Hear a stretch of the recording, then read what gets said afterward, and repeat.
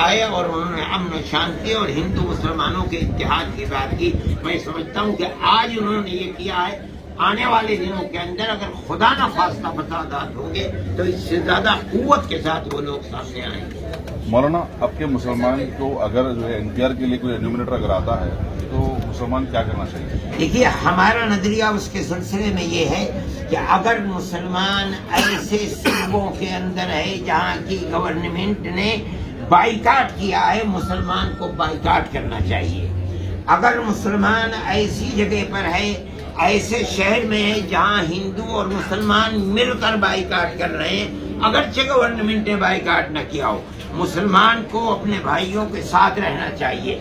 मगर मैं जमीयत उलमा तन्हा मुसलमान से ये नहीं कहेगी कि तुम बाइकाट करो, इसलिए कि उसके नुकसानात बहुत ज्यादा हैं। अगर हिंदू मुस्लिम मिलकर बाइकाट करते हैं तो मुसलमान को साथ देना चाहिए।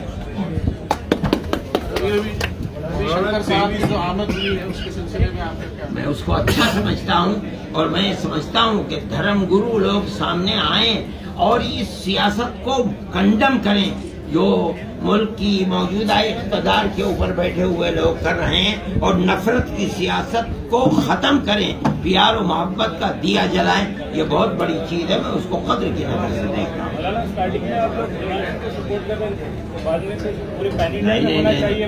नहीं, हमने कभी नहीं किया। सिर्फ मर्दुमशुमार नहीं, सिर्फ मर्दुमशुमार। हमने कभी एनआरसी की था, हम तो आसाम के अंदर एनआरसी के ऊपर तो लड़ते रहे हैं।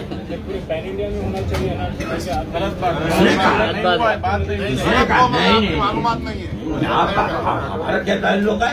हमने कहा है कहीं दिखलाइए, कहीं अगर है तो दिखलाइए।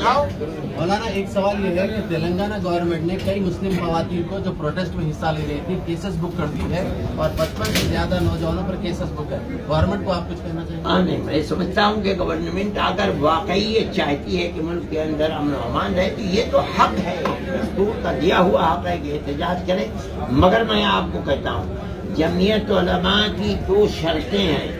पहली शर्त ये है कि एहतजाज हिंदू और मुसलमानों का मिला जुला एहतजाज होना चाहिए। दूसरी शर्त ये है कि एहतजाज पुरअमन होना चाहिए। अगर ये 2 शर्तें हैं तो हम उस एहतजाज की तायीद करते हैं, अगर नहीं तो उस एहतजाज की कोई टिकट नहीं है।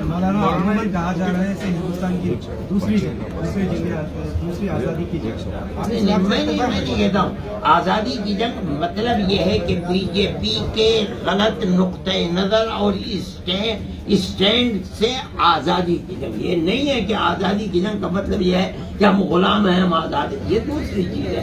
आज़ादी का मतलब ये नहीं है जो आप ले रहे हैं। आज़ादी का मतलब ये है कि बीजेपी इस सेकुलर दस्तूर को खत्म करके जिस मुसीबत के अंदर यहाँ के रहने वालों को डालना चाहती है, भुखमरी में डाल रही है।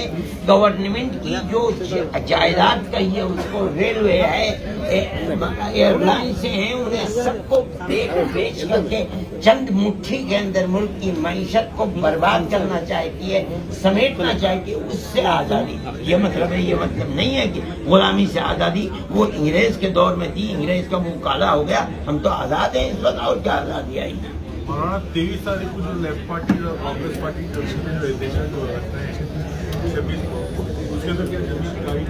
नहीं, जमीयत उलमा तो मैंने आपसे कहा कि जमीयत उलमा बिल्कुल सियासी पार्टी नहीं है, लेकिन हम ये कहते हैं हर वो चीज जो बीजेपी के गलत नजरिए की मुखालिफ है हम उसकी तायीद करते हैं, उसे